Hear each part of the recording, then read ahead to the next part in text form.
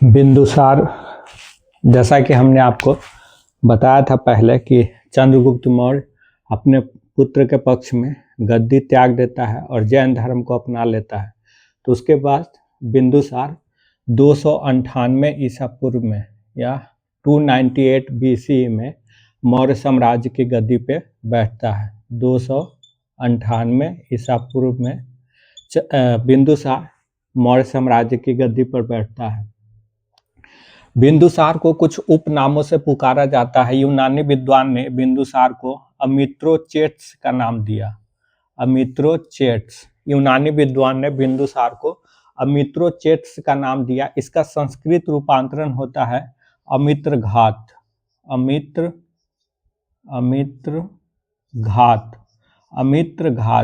अमित्र का मतलब हुआ दुश्मन, मित्र होता है उसका अपोजिट होता है अमित्र। तो अमित्र का मतलब हुआ दुश्मन और घात मतलब हुआ विनाश। मतलब जो इसका मतलब हुआ बिंदुसार का जो उपनाम था अमित्र घात, इसका मतलब क्या हुआ? शत्रु विनाशक। इसका मतलब क्या हुआ? शत्रु विनाशक। तो ये बिंदुसार का उपनाम था अमित्रोचेट्स, जिसका संस्कृत रूपांतरण है अमित्र घात। और अमित्र घात का अर्थ क्या होता है? शत्रु विनाशक। बिंदुसार के शासनकाल की एक महत्वपूर्ण घटना है विद्रोह। बौद्ध ग्रंथ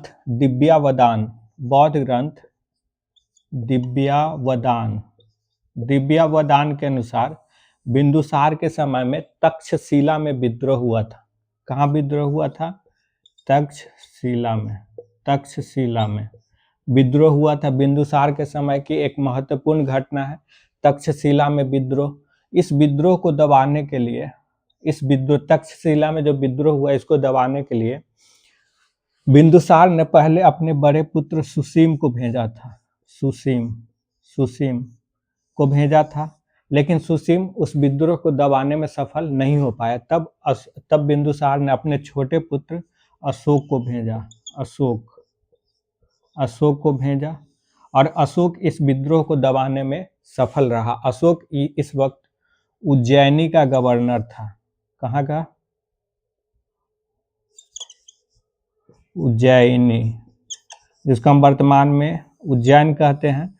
तो उसी उज्जैनी का गवर्नर था। अशोक कहाँ का गवर्नर था? उज्जैनी का। तो दिव्यावदान जो बौद्ध ग्रंथ है वो बताता है कि बिंदुसार के समय में तक्षशिला में एक विद्रोह हुआ था। इस विद्रोह को दबाने के लिए बिंदुसार ने पहले अपने बड़े पुत्र सुसीम को भेजा था, लेकिन सुसीम उस विद्रोह को दबाने में सफल नहीं हो पाया। तब बिंदुसार ने अपने छोटे पुत्र अशोक को भेजा था और अशोक उस वक्त उज्जैनी का गवर्नर था, जिसको हम वर्तमान में उज्जैन के नाम से जानते हैं। तो ये विद्रोह था। अब बिंदुसार के समय की, जब आपने पहले पढ़ा था कि चंद्रगुप्त मौर्य और सेल्यूकस निकेटर के बीच युद्ध हुआ था और फिर दोनों के बीच दोस्ती हो गई थी, संधि हो गया था। तो यूनान के शासकों के साथ ये जो संधि और संबंध का सिलसिला था वो बिंदुसार के समय में भी जारी रहा। और बिंदुसार के समय में सीरिया का शासक जो था,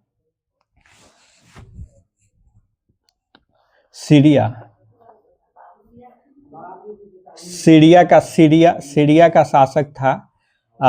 उसने डाइमेकस नामक राजदूत को भेजा था। डाइमेकस।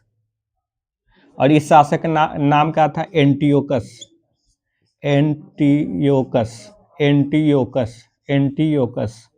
सीरिया का शासक था एंटियोकस। और एंटियोकस को ही सेल्यूकस निकेटर का उत्तराधिकारी माना जाता है। किसको? सेल्यूकस निकेटर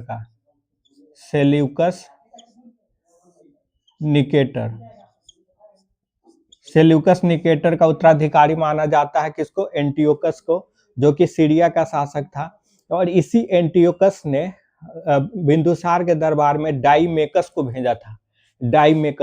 और डाइमेकस को किसका उत्तराधिकारी माना जाता है? मेगास्थनीज का उत्तराधिकारी माना जाता है। क्यों माना जाता है? क्योंकि चंद्रगुप्त मौर्य के दरबार में सेल्यूकस निकेटर ने मेगास्थनीज को भेजा था। और सेल्यूकस निकेटर के बाद जो सीरिया का शासक हुआ एंटियोकस, इसने बिंदुसार के दरबार में डाइमेकस नामक राजदूत को भेजा था, तो इसीलिए डाइमेकस को मेगास्थनीज का उत्तराधिकारी माना जाता है। अब बिंदुसार जो था वो डाइमेकस से जो एंटियोकस था उससे 3 चीज मांगा था।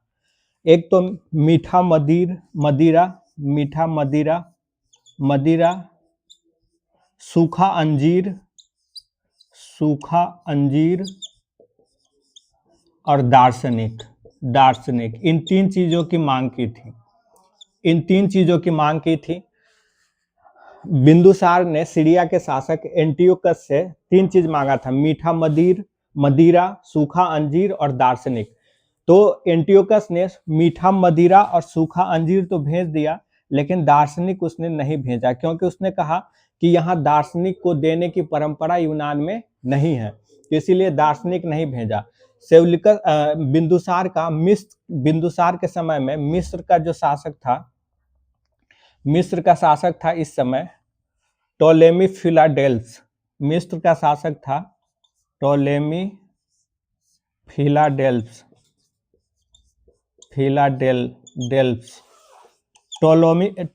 फिलाडेल्फ्स इस समय मिस्र का शासक था, और इसने बिंदुसार के दरबार में डियोनिसियस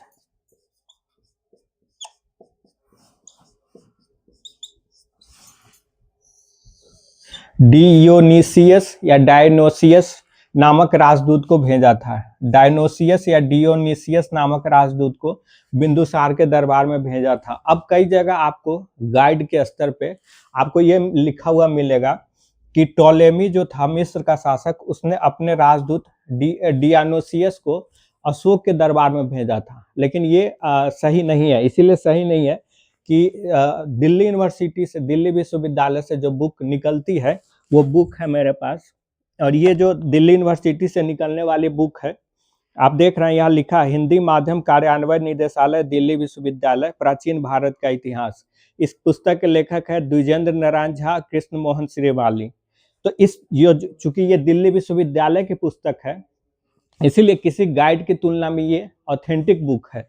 तो इस ऑथेंटिक बुक में ये बताया गया है कि ये जो मिस्र का शासक था टोलेमी फिलाडेल्फ्स, ये इसने अपने राजदूत डियोनिसियस को बिंदुसार के दरबार में ही भेजा था। ये हमने इसलिए बता दिया कि कई जगह ये अशोक के नाम का जिक्र आता है। आगे आता है धर्म। तो जो बिंदुसार था वो आजीवक संप्रदाय का अनुयायी था। आजीवक संप्रदाय, बिंदुसार आजीवक संप्रदाय को मानने वाला था। आजीवक संप्रदाय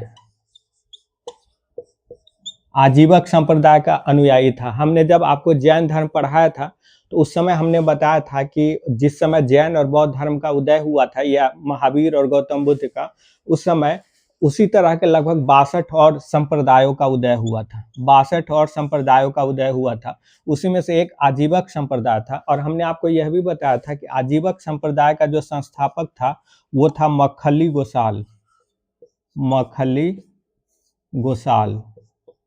गोसाल आजीवक संप्रदाय का संस्थापक था। और ये मक्खली गोसाल पहले महावीर स्वामी का शिष्य था, लेकिन मतभेद होने के कारण महावीर स्वामी से अलग होकर के एक अलग संप्रदाय की स्थापना कर ली, जिसको आजीवक संप्रदाय के नाम से जाना जाता है। तो बिंदुसार इसी आजीवक संप्रदाय का अनुयायी था। 272 ईसा पूर्व में, 272 BCE में, ईसा पूर्व में बिंदुसार की मृत्यु हो जाती है, और उसके बाद बिंदुसार की मृत्यु के पश्चात उसका पुत्र अशोक मौर्य साम्राज्य की गद्दी पर बैठता है।